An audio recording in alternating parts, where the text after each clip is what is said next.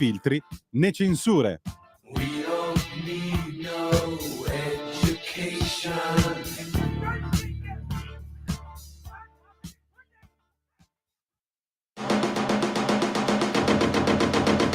Va ora in onda La legge del gol.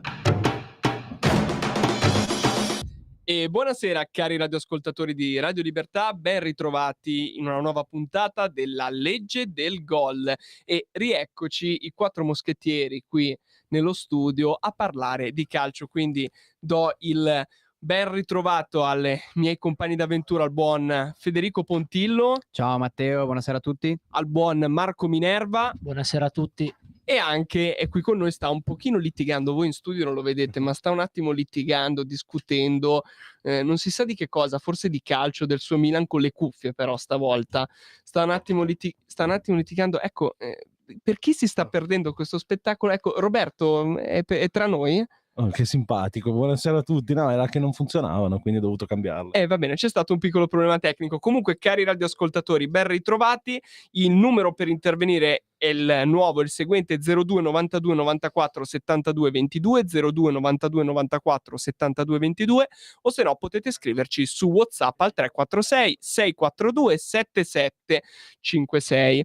E anche oggi torniamo a parlare del nostro bellissimo sport preferito, il calcio. Beh, ragazzi, prima io personalmente mi dedicherei sul capitolo Champions League, che è la cosa più importante, anche perché comunque da ieri sera ci sono poi parliamo delle altre competizioni europee, però in Champions League ci sono ufficialmente 3 squadre ai quarti di finale: Inter, Milan e Napoli. Inter-Milan insieme non c'erano dal 2004, era 2005? Sì, insieme. Insieme? Sì, penso di sì. 2004-2005, esatto. Quindi era da tantissimo tempo che non si vedevano 2 squadre di Milano nuovamente in Champions League, ma stavolta c'è una new entry, il Napoli anche, che con la stagione che sta disputando in campionato, anche in Europa sta dando spettacolo ed è riuscita ad arrivare ai quarti di finale, prima volta per il Napoli, quindi sicuramente una vittoria anche per il Napoli come squadra, e i tifosi napoletani ovviamente saranno super felici, al di là di come sta andando il campionato. Rimane un sogno ovviamente soprattutto per i napoletani in questo momento, perché vedono un Napoli stellare. Noi siamo un pochino più non abituati, perché da un po' di anni che siamo un po' assenti per 11. Sì, grazie per la precisione, perché poi comunque l'ultima, cioè abbiamo avuto una squadra come la nostra che ha vinto il triplete, è l'unica, e poi tra l'altro non ce ne sono state altre, però a parte gli scherzi adesso, al di là degli sfottò, parliamo un attimo di come sono arrivate queste squadre, il percorso che hanno fatto. Parliamo ovviamente degli ottavi, non di quello che c'è stato prima. Il Milan. Facciamo un breve resoconto per quanto riguarda il Milan, perché ne abbiamo già parlato. Io farei un confronto tra come ha giocato il Milan con il Tottenham e l'Inter con il Porto. Al di là che Tottenham e Porto sono squadre chiaramente diverse, secondo me quest'anno, non parlo di rosa ovviamente perché vince il Tottenham a mani basse, però a livello di gioco sicuramente il Porto secondo me era superiore. Infatti l'Inter ha fatto fatica non tanto all'andata, anche se all'andata il Porto ha giocato, perché non è che non ha giocato in campo, però abbiamo avuto anche in casa qualche difficoltà, sicuramente la partita poteva finire diversamente, però ragazzi il ritorno Porto-Inter c'è proprio poco da dire. Ha giocato il Porto, ha dominato il Porto, siamo stati miracolati, un enorme grazie secondo me va detto soprattutto a 2 uomini in campo, che sono il portiere Onana per le parate che ha fatto, soprattutto quella iniziale su quel tiro e poi soprattutto in finale, ma poi un altro anche che è stato un punto di riferimento per la difesa è ancora una volta Matteo Darmian, che comincia a essere sempre più incisivo e soprattutto fondamentale proprio per l'Inter. Io sono proprio contento, perché per me Darmian è veramente un giocatore veramente forte, nonostante la sua età ci dà l'animo. Poi abbiamo visto anche un D'Ambrosio che è entrato e nonostante i suoi limiti, come dicevi tu Federico la scorsa volta quando ne parlavamo, è è riuscito a regalare comunque emozioni, perché sono quei giocatori che ci mettono anima e corpo, che corrono fino all'infinito. Non ho capito io personalmente, non so cosa ne pensi tu Federico, sulla decisione di Inzaghi di non far giocare dal primo minuto Lukaku, che quello m'ha un po' spiazzato ed è stato un rischio secondo me. Sì, era una partita sua secondo me, perché il fatto che ti tiene la squadra su, comunque tiene il pallone, ripartenza e velocità rispetto a Dzeko, sicuramente forse era più appropriato mettere lui. Per il resto sono d'accordo con te, perché Onana ha fatto una grandissima partita, Darmian ha fatto un'ottima partita e grazie purtroppo che ha fatto una partita del cavolo, però all'ultimo ci ha salvato sulla linea quel gol, e quindi praticamente tutto lo schifo che ha fatto durante tutta la partita glielo possiamo perdonare per quel salvataggio, perché se veramente a sto giro se non c'era lui andavamo ai supplementari. Però sono d'accordo con te sul fatto che ha giocato il Porto al ritorno. Io son più dell'idea che, visto che sei solo 1-0 e non è che hai fatto 2-3 gol all'andata, dovevi scendere con un approccio come ha avuto il Milan, cioè che devi scendere, devi giocare per vincere, e quindi ti mangi gli avversari piuttosto che giocare in ripartenze. E se devi giocare in ripartenze devi mettere Lukaku perché è veloce, quindi non ce n'è. Io aggiungerei un grazie anche alla traversa al palo, visto Sì, visto che abbiamo anche. ringraziato Beh, più che tutti. al palo la traversa, perché il palo l'ha deviato Onana, però la Giusto, traversa assolutamente sì. giusto. No, però son d'accordo con voi. Alla fine, la partita d'andata, doveva finire con più gol di scarto. Eh, Come voi col Tottenham, secondo esatto, il me. problema è che quello che dicevamo nelle scorse puntate, vincendo solo 1-0 e non facendo i gol che dovevi fare, poi vai al ritorno e te la devi giocare. Questa volta è andata bene all'Inter, perché ci sono stati tanti episodi che sono girati dalla parte giusta, però io dico, metti caso giravano dalla parte sbagliata, i gol sbagliati all'andata, appunto, te li rimpiangevi. Poi, come avete detto voi, ha giocato il Porto, però onestamente io parlo da milanista, mi aspettavo anche qualcosa di più dal Porto, perché alla fine è vero che ha avuto il possesso palla e tutto, però le occasioni vere le ha avute da 15 minuti alla fine, forse. Più che altro ha fatto tanti tiri, però tanti tiri centrali, cioè che non hanno diciamo tra virgolette Ha avuto il preoccupato. pallino del gioco, come hai detto tu. Il pallino Esatto. del gioco, però occasioni vere e proprie le ha avute quelle 3-4 all'ultimo e un paio all'inizio, però All'inizio. diciamo che la paura è stata quella, secondo me, che il Porto continuava più che attaccare a fare i ticchetti davanti all'area di rigore, no, come tra virgolette ha fatto il Tottenham all'andata per 20 minuti, 40 minuti diciamo. Cioè il Milan ha fatto la partita secondo me all'andata e ha avuto tante occasioni. Il Porto quei 30 minuti, 40 minuti che ha giocato è stato un po' il Tottenham volevo dire.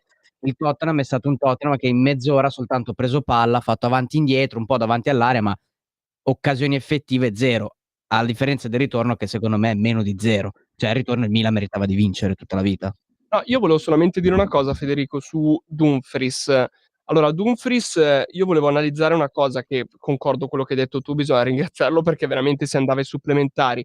Però io mi continuo a chiedere come sia possibile, perché l'anno scorso, che è arrivato da noi comunque nella scorsa stagione, inizialmente nella prima parte di campionato ha fatto molto fatica ad adattarsi e infatti non giocava bene quando entrava.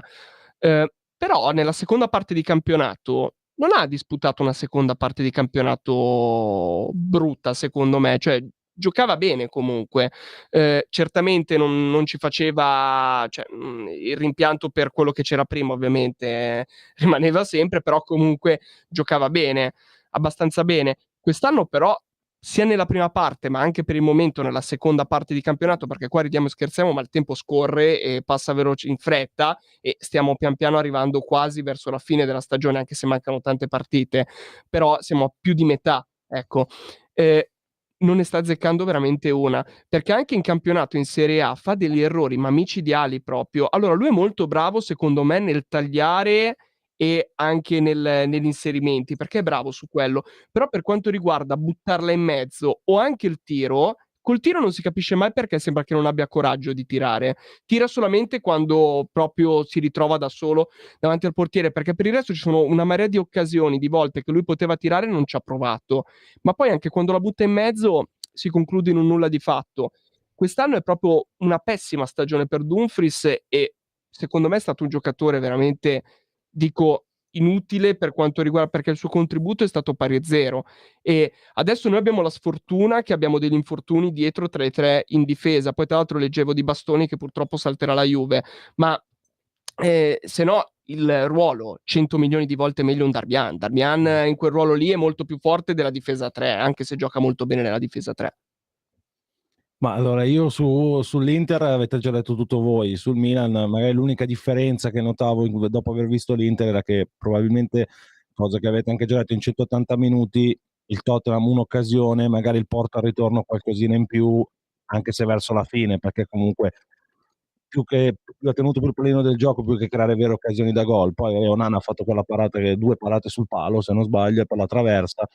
Quelle sono alla fine le occasioni che ha avuto, niente di così eclatante tranne quelle lì. Hanno meritato alla fine, abbiamo meritato il passaggio noi, alla fine, al di là delle partite che hanno fatto, penso che possiamo dire che ha meritato il passaggio anche l'Inter, anche se al ritorno ha fatto un po' fatica. Il Napoli, vabbè, non ne parliamo perché ha fatto 2 partite dove ha dominato, quindi va bene così, le 3 italiane sono ai quarti, vediamo adesso poi col sorteggio domani. Poi, per la carità, è sempre difficile, si sta parlando della Champions League, però il Napoli è quello a cui gli è andato meglio, okay, per la Sì, squadra sì, che si è sì. trovato, poi vabbè, merito bisogna sempre darglielo, Sì, però gli è andato è andata bene bene, come dai. squadra, però tu devi contare che Inter e Milan, secondo me, a livello di rosa, magari in Champions o comunque di esperienza come squadra, hanno un certo tipo di esperienza nella Champions League rispetto al Napoli, che tra l'altro è la prima volta che passa ai quarti di finale nella sua Sì, storia. Quindi da un lato sì, per il Napoli che è quest'anno, sicuramente se avesse beccato un'altra squadra se la sarebbe giocata comunque, avendo beccato l'Eintracht fai fatica, però, cioè fai meno fatica, però comunque secondo me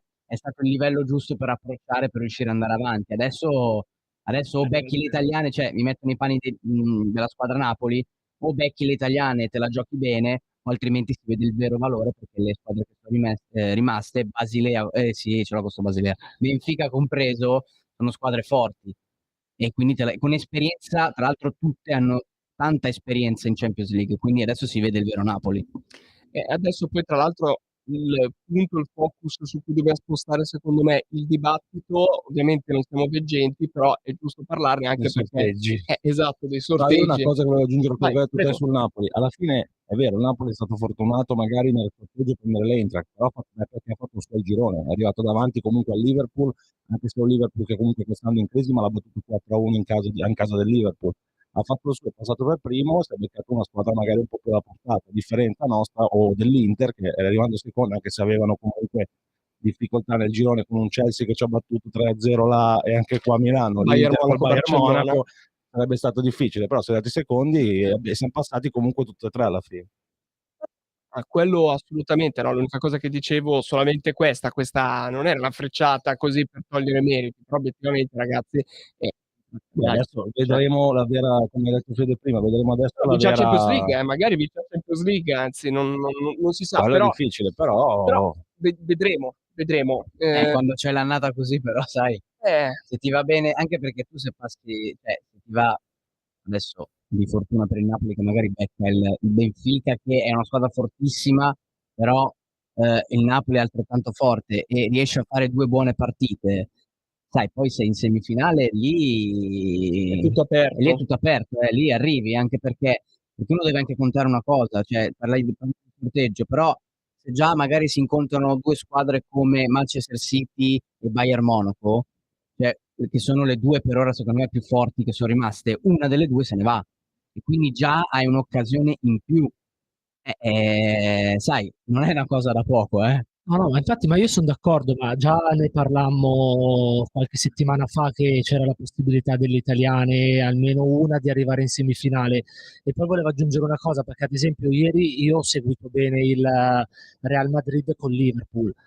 Il Real Madrid è forte come squadra, ma dal centrocampo in su.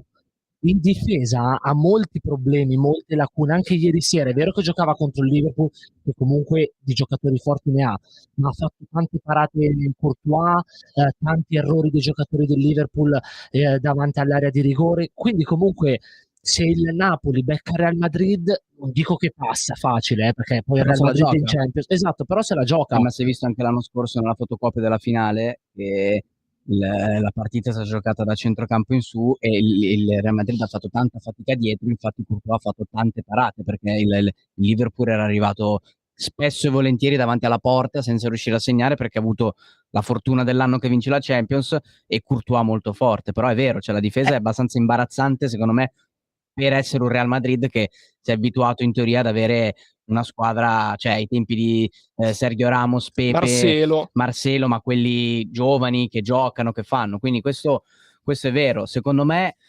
ancora più forte del Real, cioè la più forte che è rimasta secondo me è il Bayern Monaco, perché il City ha due giocatori fondamentali che sono De Bruyne a centrocampo e Haaland avanti. Che cioè Haaland è imprendibile se è in giornata. Se non è in giornata è comunque imprendibile e De Bruyne è ottimo.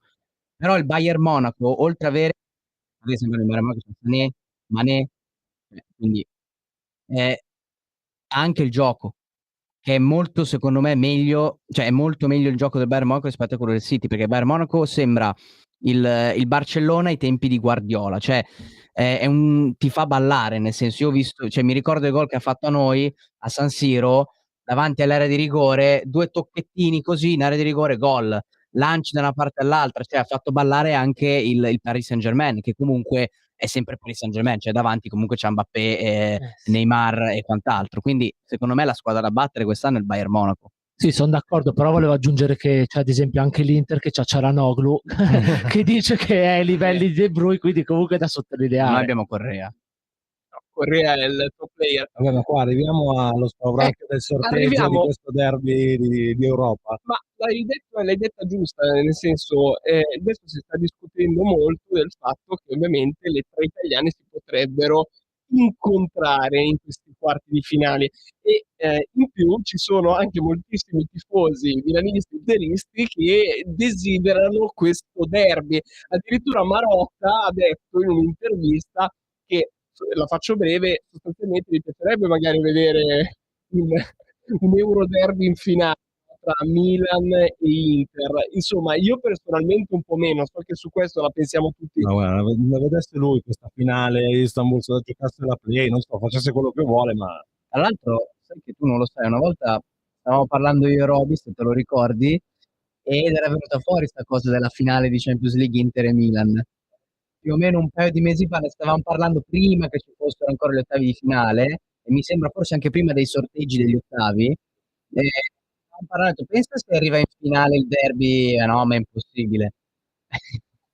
Io spero di no, cioè, spero sia impossibile, ma perché usciamo tutte e due, però. Però scusate un attimo, allora secondo me ai quarti di finale non è così impossibile, perché calcolate anche una cosa che obiettivamente dietro, adesso non voglio fare il complottista, però dietro sappiamo benissimo che girano un sacco di soldi. Quando girano un sacco di soldi alcune cose sono un po' pilotate, l'abbiamo visto anche negli scorsi anni, con qualche sorteggino più favorevole a qualcuno. comunque sono 8 squadre e siamo 3 italiane. Tre Quindi il italiani, rischio però è adesso grosso. parlo proprio di Sì, Milan-Inter. però.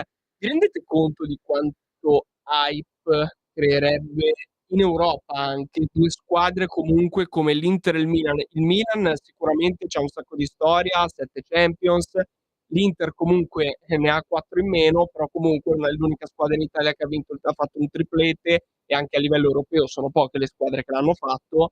Quindi vi rendete conto l'hype che si crea, anche gli introiti che si possono creare in uno scontro simile ai quarti di finale in Champions? Perché non dico che magari può succedere più in là, anche perché vabbè, quando si parla ovviamente di semifinali, come dicevamo prima fuori, il circuito si restringe, cioè quindi però secondo me potrebbero farlo benissimo ai quarti, non se la rischiano, perché se metti appunto un Inter o un Milan, sappiamo benissimo che per l'Inter e il Milan che sono quest'anno, non sono l'Inter e il Milan di una volta, c'è il rischio che magari uno dei due possa uscire in qualche modo, e ovviamente una possibilità del genere. Io penso a questo, che l'introiti che potrebbe portare un derby in Champions League, ma si parla di due squadre come Inter e Milan, cioè, con la loro storia e con il loro passato. Sì, sì, no, volevo aggiungere che ad esempio Milan-Tottenham, ad esempio, era sold out, il Milan ha fatto un incasso di 9 milioni di euro. Pensiamo al derby che sicuramente hai un turno in più perché sono i quarti, quindi i biglietti costeranno anche qualcosina in più. In più al derby magari tutti vogliono andare a vederlo, quindi come incasso sarà una roba spaventosa. E poi comunque anche a livello di prestigio per sia il calcio italiano, ma soprattutto per Milan e Inter, visto che da tanti anni che mancano, sarebbe tanta roba. Se devo parlare a livello di cuore, dico che preferiscono di no e preferisco affrontare piuttosto il Bayern Monaco, che so che esco, ma a livello sentimentale la vivrei meglio. Perché il cuore non regge, quello è il problema. No, più che altro dipende come ragionano loro, cioè se la vogliono fare a livelli complottistici di soldi, eccetera, allora il derby sicuro che esce, perché comunque è anche il derby più seguito d'Europa, quindi anche del mondo, fu uno dei derby più seguiti del mondo, quindi per forza di cose ti esce quello. Se non ragionano così, allora c'è possibilità che non accada. Non lo so, boh, a meno che magari vogliono provare sempre a livello di soldi ad accoppiarle con squadre, poi penso le ultime siano quelle magari più abbordabili, non che sono meno forti, ma sono più abbordabili, magari una col Benfica e una col Chelsea, in modo tale che se riescono a passare, fanno in modo di farti arrivare in finale, e la finale sarebbe però non ci arrivi, cioè secondo me è un infarto prima, cioè. Noi facciamo un appello ai nostri radioascoltatori che ci stanno ascoltando in questo momento. Potete scrivere un messaggio WhatsApp al 346 642 7756 o chiamate, intervenite in diretta e dite anche un attimo la vostra su questo tema allo 02 92 94 72 22, a seconda ovviamente del vostro tifo, se siete milanisti, se siete interisti, se tifate Napoli, chi preferireste beccare ovviamente fra le varie squadre rimanenti, ma anche se non tifate queste squadre, dite un attimo la vostra, secondo voi quali sono gli incontri più palpabili, insomma dite la vostra opinione, questo è importante, 02 92 94 72 22. E ve lo chiedo adesso un attimo a voi in studio, rapidamente, ma senza troppi discorsi, proprio 10 secondi a testa, metto il timer. Ognuno di voi dica chi vuole beccare. Se uno può scegliere chi vuoi beccare e perché. 10 secondi, rapidi. Rapido, Allora, rapido. noi ne Vabbè, parlavamo basta, vai prima, Federico, basta. probabilmente per le 8 che sono rimaste e al stadio e cose varie, il Chelsea. Concordo, anch'io preferirei beccare il Chelsea perché è una squadra con cui puoi passare ed è una squadra con cui puoi andare a vederti la partita. Chelsea o Benfica per le loro stesse ragioni. Milan, no, sto scherzando, no, sto scherzando. Anche il Napoli, ti dico la verità, però sai che non sarebbe così, cioè, piuttosto del Milan tutta la vita il Napoli, perché alla fine se esco... Sai quanto te la menano? Sì, me la anche menano, loro. ma preferisco Vabbè, uscire però col se- Napoli che col Milan, perché se esco col Milan mi taglio le vene qua No, davanti a tutti in preferisco il diretta Chelsea proprio, uscire con qualsiasi altra squadra. Ma speriamo che ti tagli le Sì, ma vene. poi a te taglio la gola prima di tagliarmi le vene, quindi... Sì, Queste sì, cose sì. qua non si dicono in radio. Sì, sì, sì, No, sì. però chiedo scusa, ci Mi spiego assumo le responsabilità di quello che ho detto, minaccio Marco, se vuoi denunciarmi, questa è una minaccia, ti ucciderò. È pure in diretta, adesso Sì, sì, sì, il ci bello della sono... diretta è questo. È il bello della diretta. Comunque ricordo che c'è un pubblico anche di minori che ci può anche ascoltare, quindi mi raccomando, non essere così violento, Usate, così, se dovete, a punta così arrotondata, mi fascista, raccomando. No, no, mai. A punta arrotondata, mi raccomando che non fanno male. No, vabbè, a parte gli scherzi. 02 92 94 72 22 se volete intervenire, oppure scriveteci al 346 642 7756. Io comunque dico la mia, vabbè, penso che la pensiamo tutti uguale, il Chelsea ovviamente, il Chelsea. Il Se Chelsea è becchiamo la il squadra Chelsea, più... finisce 8-0 prima andata e 8 al ritorno, così sono Probabilmente felice. 16 gol se Chelsea-Milan, Milan-Chelsea, 16-0 per il Chelsea, finisce uguale per l'Inter ovviamente, così vedremo, vedremo, vedremo. Secondo me non è così improbabile che ci becchiamo secondo me ai quarti, questo è il discorso. Secondo me non è così improbabile. Però spostandoci un attimo, anche se tra poco noi andiamo un attimo in pubblicità, parliamo un attimo anche delle altre competizioni in Europa. Sì, lascio la parola a Roberto che vedevo che... Allora, le altre competizioni, comunque abbiamo altre 2 squadre italiane in Europa League che adesso, se non ho capito male, ero rimasto che la Juve vinceva e quindi passerebbe il turno. 3-1 la Juve vince. La Fiorentina in Conference sta vincendo, quindi passerebbe il turno anche la Fiorentina e poi mancherebbero la Lazio e la Roma, che gioca stasera, penso. e quindi potrebbero essere 7 squadre italiane che comunque passano il turno nelle competizioni europee. Poi vabbè, Fede ci tiene a dire che il Feyenoord sta vincendo 7-0 con lo Shakhtar Donetsk. Sì, diciamo che la Juventus, avendo vinto all'andata e vincendo adesso 1-0 al ritorno, penso sia il 70° più o Sì, meno, 80, 80. 80°, diciamo che la Juventus, non voglio mandargliela, però dovrebbe passare. Tanta roba comunque per una squadra che, a parte i 15 punti che poi parleremo in campionato perché se glieli rimettono è seconda, Esatto.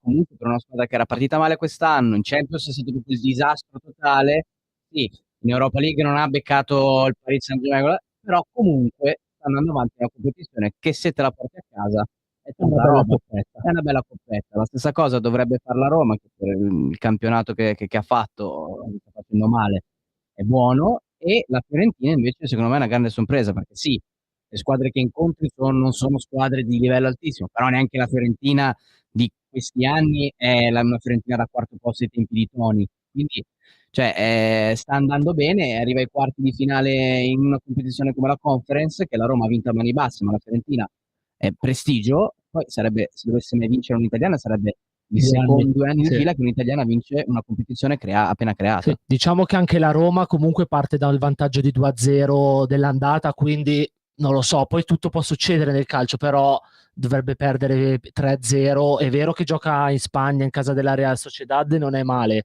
però teoricamente magari anche la Roma potrebbe passare, l'unica ad ora sarebbe la Lazio. La Lazio è un bel punto di domanda. Comunque, scusate se vi interrompo, dobbiamo correre in pubblicità. Mi raccomando, cari radioascoltatori, rimanete sintonizzati qui su Radio Libertà e ci ritroviamo subito alla legge del gol. A tra poco. Stai ascoltando Radio Libertà, la tua voce libera, senza filtri né censure, la tua radio.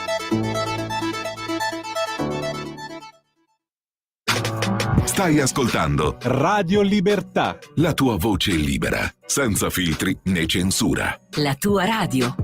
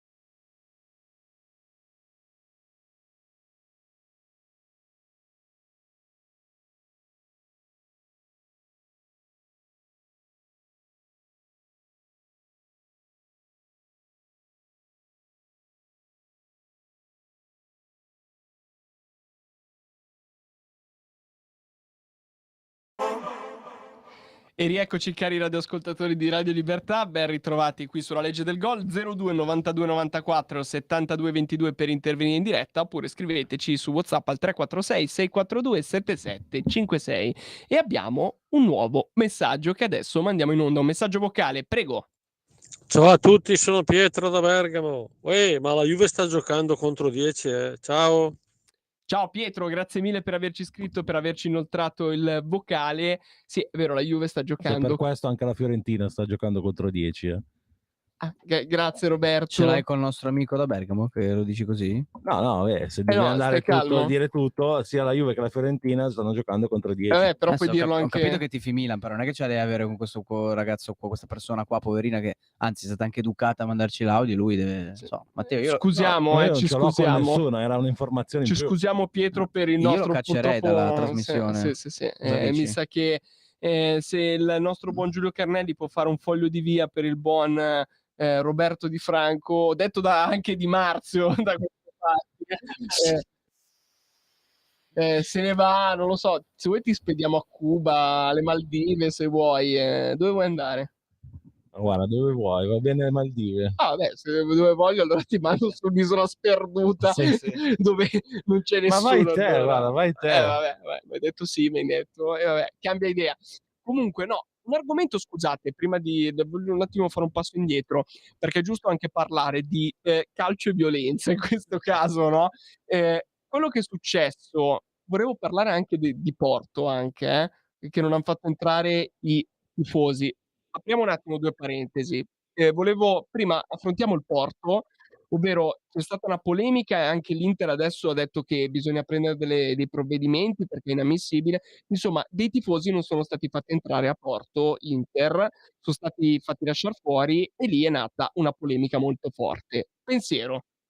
C'erano delle persone che avevano preso dei biglietti non per il settore ospite. Io sono dell'idea che quando vai a vederti una partita all'estero, secondo me, sì, è vero, uno dice è giusto che uno si prenda il biglietto dove vuole, però o tribuna d'onore, secondo me, o settore ospite, nel senso che poi gli altri settori no, secondo me. Dico a meno che non stai parlando della finale, che anche lì la finale hai metà stadio dedicato a una squadra, metà all'altra, e poi il resto te lo puoi è per le persone che abitano nella città dove si disputa la finale. Quindi secondo me è sbagliato. Però dal momento in cui la società mette in vendita i biglietti, si deve prendere le proprie responsabilità. Quindi è un fatto increscioso il fatto che non abbiano fatto entrare i tifosi che comunque avevano il biglietto. È gestita malissimo, è stata gestita malissimo, ed è giusto che vengano presi provvedimenti contro il Porto. Adesso magari non parlo dell'esclusione del Porto dalla Champions League, però una multa, un qualcosa che comunque vada anche a favore dell'Inter, non so, anche una multa che poi verrà devoluta ai tifosi dell'Inter che non sono entrati, che magari si pagheranno il biglietto per i quarti, per O esempio. una Champions di cartone. O una Champions di cartone, esatto, esattamente anche quella, perché poi sarà Istanbul la finale, quindi Esatto. sarà per i nostri amici No, milanisti. scherzo, parlando seriamente, cioè, tu hai detto giusto il rimborso a questi tifosi. Cioè, ragazzi, guardate che andare in trasferta o comunque andare allo stadio in generale è un costo. Cioè, in più, andando in trasferta c'è gente che ha pagato il biglietto dell'aereo, l'hotel, il biglietto dello stadio, ha preso giorni di ferie dal lavoro. Cioè, queste persone qua chi è che li rimborsa? Per me è assurdo. Poi, cioè, distinguere una cosa, alcune persone avevano il biglietto nella curva del Porto, e allora lì a parte che il discorso è sbagliato, cioè non devi proprio metterli in vendita Esatto. per i tifosi che non sono residenti là, o non so, in qualche modo non devi far sì che i tifosi interisti possano comprare il biglietto nella curva del Porto. Però se tu li fai comprare, te ne prendi e ne paghi le conseguenze, li metti in un'altra parte dello stadio piuttosto. Quindi non ha senso come si sono comportati. Ma io concordo con ciò che avete detto, a me mi sembra più che altro un modo per fare una cassa in più, per far Esatto. soldi in più, semplicemente basta. Quindi è questo il problema. Io concordo con la proposta che hai detto tu, Federico, e anche con quello che hai detto tu. Cioè, obiettivamente una risposta va data su questo tema, anche perché comunque nella storia del calcio, soprattutto le trasferte di Champions League così, non è la prima volta che accade una cosa simile. Quindi No, se non sbaglio anche sicuramente la finale, quella di tifosi del Liverpool che sono rimasti fuori sì. nella finale di Champions, quindi non è anche è recentemente, se non Sì, sbaglio, è sì, sì. successo. L'anno scorso? L'anno scorso. No, no, ma infatti sicuramente bisogna fare anche dei provvedimenti quando succedono queste cose qua negli stadi, visto che è così frequente. L'altro tassello dolente che volevo toccare invece è quello che è successo proprio nella città di Napoli ieri, che è stata messa a ferro a fuoco dai tifosi dell'Eintracht, no, dagli ultras dell'Eintracht. Ecco, vabbè, partiamo da 2 punti qua. Allora, la solita disorganizzazione italiana, in un modo o nell'altro, perché qua si parla anche di disorganizzazioni, perché se ne parlava da giorni che questi venivano e si sapeva benissimo come sarebbe andata a finire, perché in Italia quando vengono a fare le trasferte certe tifoserie, si sa che fanno quello che vogliono. L'abbiamo visto, cos'era il Feyenoord, a A Roma? Roma, sì. Giusto? Ecco, quello che hanno fatto, che hanno sfasciato mezza parte di città, alcuni quartieri completamente devastati, quindi si sa. E quindi a me trovo veramente sciocco, stupido, se una cosa si sa, si conosce come può andare, uno previene un incidente. A parte che ho trovato veramente vergognoso i video e le immagini di poliziotti attaccati, pestati, una cosa veramente ridicola che m'ha fatto veramente schifo e disprezzo. Quindi da una parte io dico questo, dall'altra però una cosa che vorrei dire, un attacco invece, e su questo caso però voglio che il governo tedesco paghi però i danni, che ci sono stati, perché è sua responsabilità. Perché l'altro ragionamento che volevo fare insieme a voi, sapete benissimo che in tutte le altre parti d'Europa quando i tifosi italiani vanno non possono fare ma giustamente 'ste cose qua Ma perché neanche la metà di quello che han ma fatto funziona in qua. un'altra maniera, ti prendono, scusatemi il termine, a pedate nel culo dal primo momento. Cioè, mi puoi fare troppo il galletto, il fenomeno della situazione, ma mi stiamo scherzando che tu vai in un altro paese beh, anche in casa propria non bisognerebbe farle 'ste cose, ovviamente, no, ma assurdo che tu vai a vedere la partita in un altro paese e sfasci mezza città.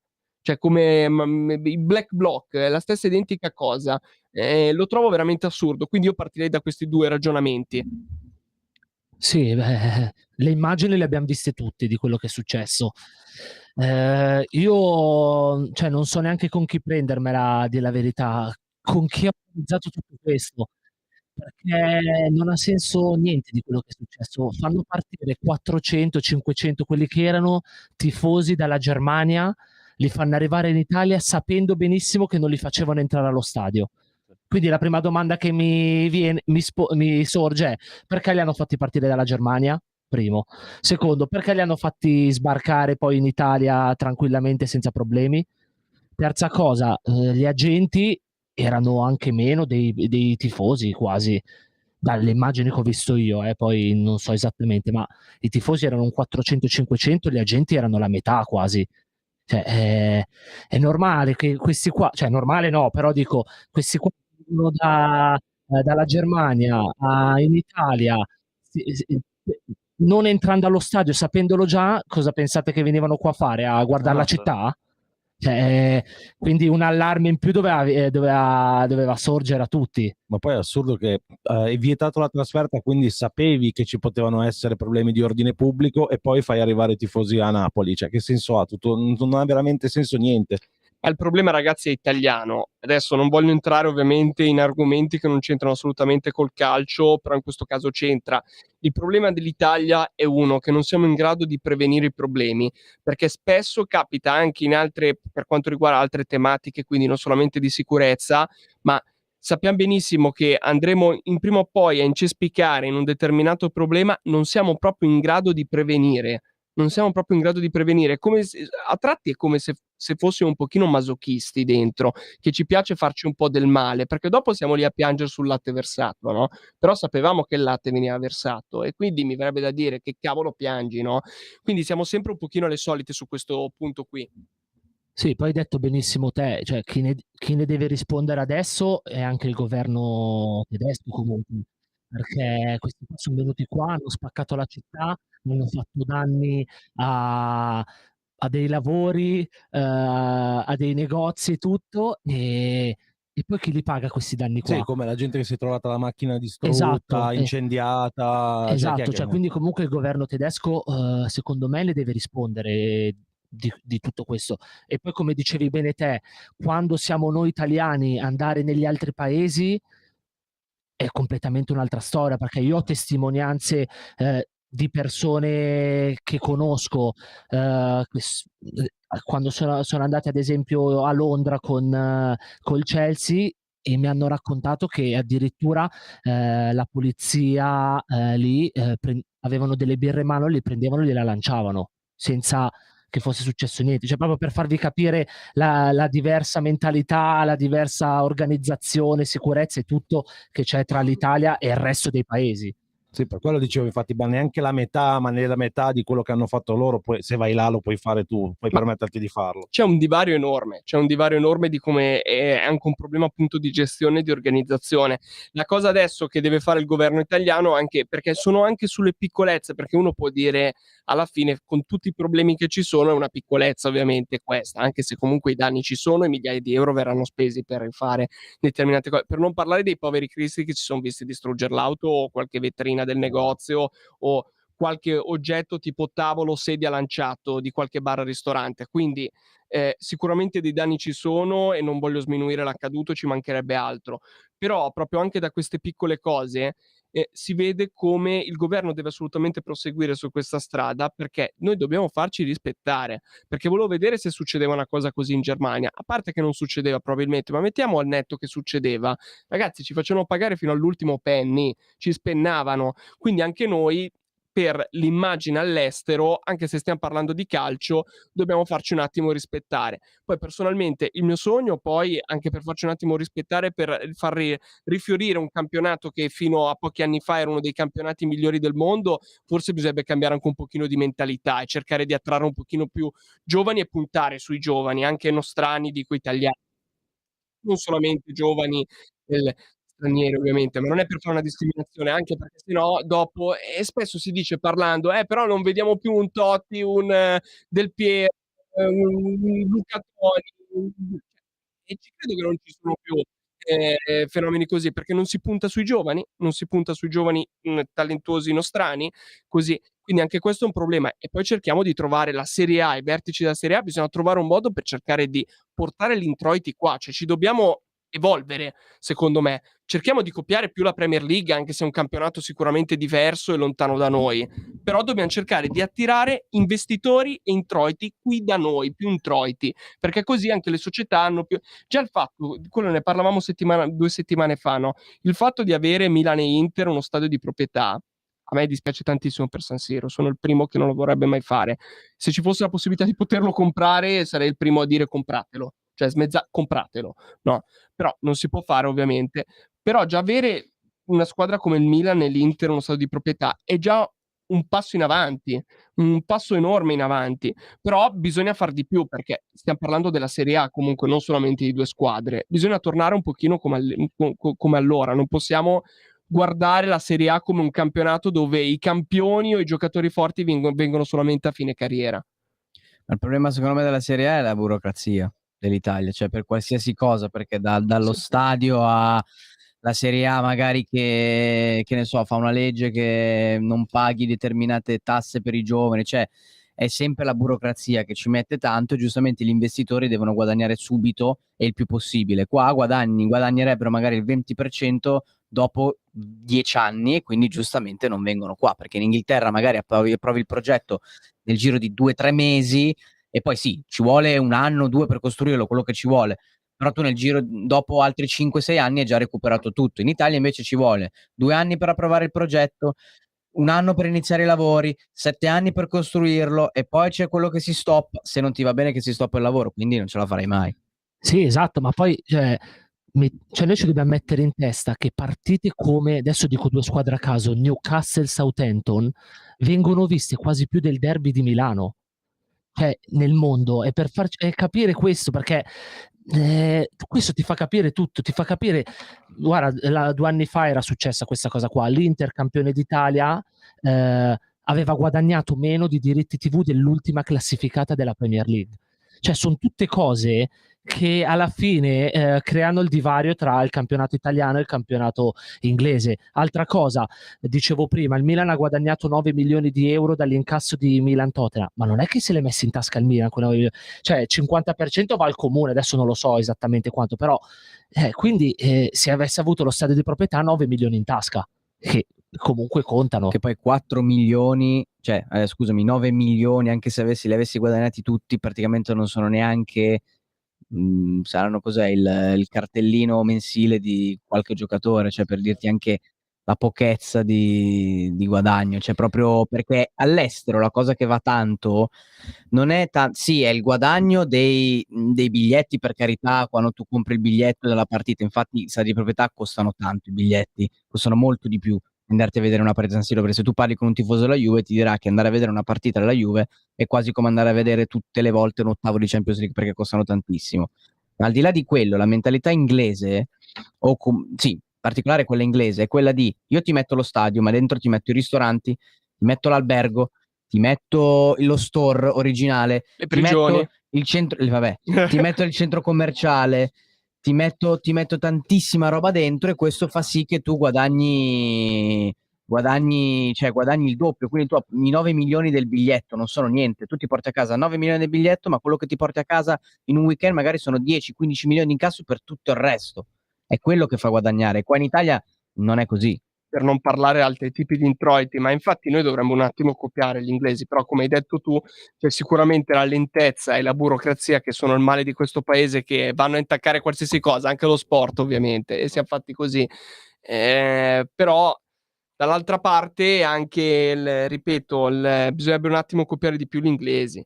Ma io prendo un dato che avevi dato tu, Marco, un po' di puntate fa, che fa riflettere, che l'avevo letta anch'io come notizia, non mi ricordo se su Gazzetta o Fanpage Sport. Vabbè, comunque il Bournemouth, scusate la pronuncia, comunque era prima, adesso non so qual è la sua posizione, vi parlo di 3 mesi fa, era comunque l'ultimo o penultimo in classifica, aveva tipo predisposto 30 milioni per prendere Zaniolo, per prendere Zaniolo 30 milioni. Io penso che 2 mesi fa, che era il mercato invernale, comunque Milan e Inter 30 milioni da tirar fuori, come dicevi tu la scorsa volta, non avevamo da tirarli Se li fuori. vuoi in prestito, il prestito con 30 diritto di milioni. riscatto, La va bene. penultima. Cioè, vi rendete conto? Adesso non voglio fare l'esempio del Chelsea, perché il Chelsea, ragazzi, vi chiedo da dove, come sia possibile, perché mi sembra un Paris Saint-Germain la vendetta, il ritorno, no? Inglese, perché anche un attimo su questa questione qua hanno speso talmente soldi che metterei un attimo un freno su ste cose qui, anche per creare un equilibrio. Ma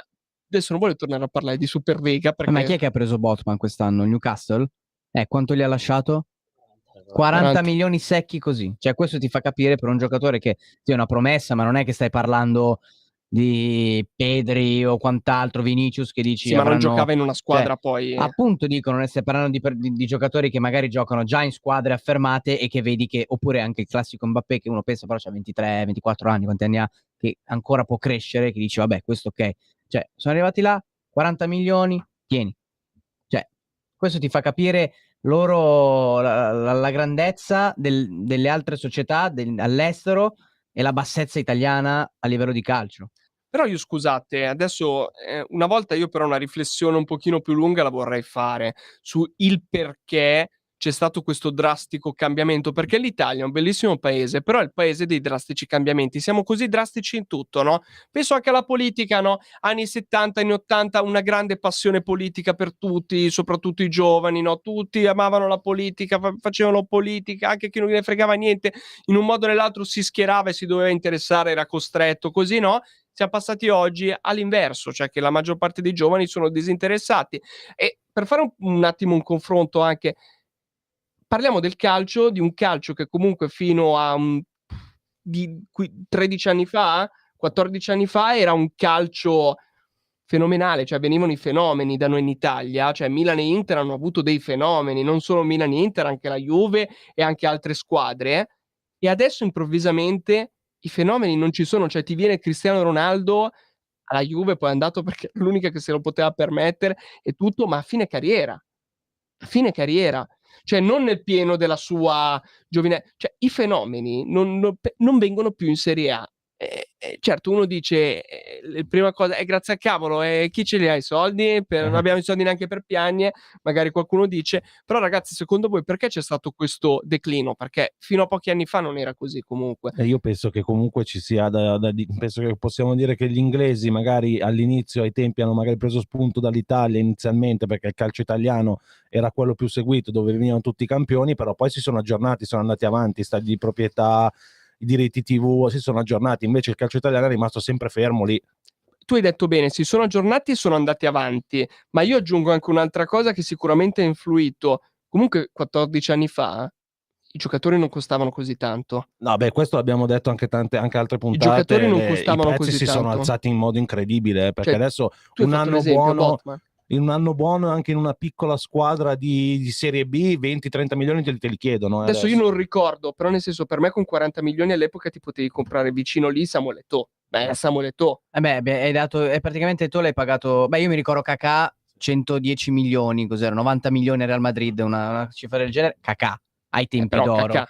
Ibra per Eto'o erano, mi sembra che gli hai dato Ibra, ti hanno dato 40 milioni più Eto'o, quindi più o meno l'hai pagato 100 milioni, è come se valesse 100 milioni Ibrahimovic, per dirti. Oggi Eto'o varrebbe 160 milioni, 170. No, ma oggi secondo me. Ibrahimovic dell'epoca ti vale 150, perché di più. È così, per non parlare dei cartellini. Sì, per non parlare dei vari Maldini, Zanetti, cioè quelli là veramente Quelli devi neanche te li metto a vendere dire. lo stadio e tutto per comprarli. Ma non parlare dei cartellini, perché il problema, oltre ai prezzi, sono proprio i cartellini, perché i cartellini costano di più. Una volta magari un giocatore buono tipo Kakà, Ibra gli davi 12 milioni ed era il giocatore più pagato all'epoca dell'Inter, ma cioè della Serie A e anche in Europa era uno dei più pagati. 12 milioni, quindi 1 milione al mese. Adesso Ibra dell'epoca, quindi Mbappé eccetera, 20-24 milioni. Cioè un giocatore normale, quindi un Cambiasso, Stankovic dell'Inter, per dirti che sono giocatori che adesso avrebbero fatto, adesso cioè non lo voglio paragonare di forza, dico come se fosse adesso un Çalhanoğlu, cioè che gioca spesso, o Tonali, per dire, gli stipendi erano di magari 3, 4, 5 milioni, che comunque era buono. Adesso ti chiedono 8, 9 milioni, cioè è proprio un divario assurdo. Poi la cosa che volevo dire sul cartellino è che adesso, ai tempi magari con 40 milioni prendevi un giocatore già affermato, adesso con 40 ti prendi uno che ha fatto il primo anno buono, un giovane che non sai poi magari in una big se farà bene come ha fatto prima. Piontek. Dico un nome con doppia per l'Inter, no? Quanto l'abbiamo pagato e come è andata a finire. Comunque siamo arrivati anche questa sera alla fine della legge del gol. Io come sempre ringrazio i miei compagni di viaggio, il buon Roberto Di Franco. Grazie Matteo, buona serata a tutti. Il buon Federico Pontillo. Grazie, buona serata a tutti. E anche il buon Marco Minerva. Grazie anche a te Matteo. E ovviamente, come sempre, un grazie va a voi che ci seguite da casa. Grazie mille. Grazie e grazie mille, vi auguriamo una splendida serata, mi raccomando, ci rivediamo alla prossima puntata della legge del gol. Avete ascoltato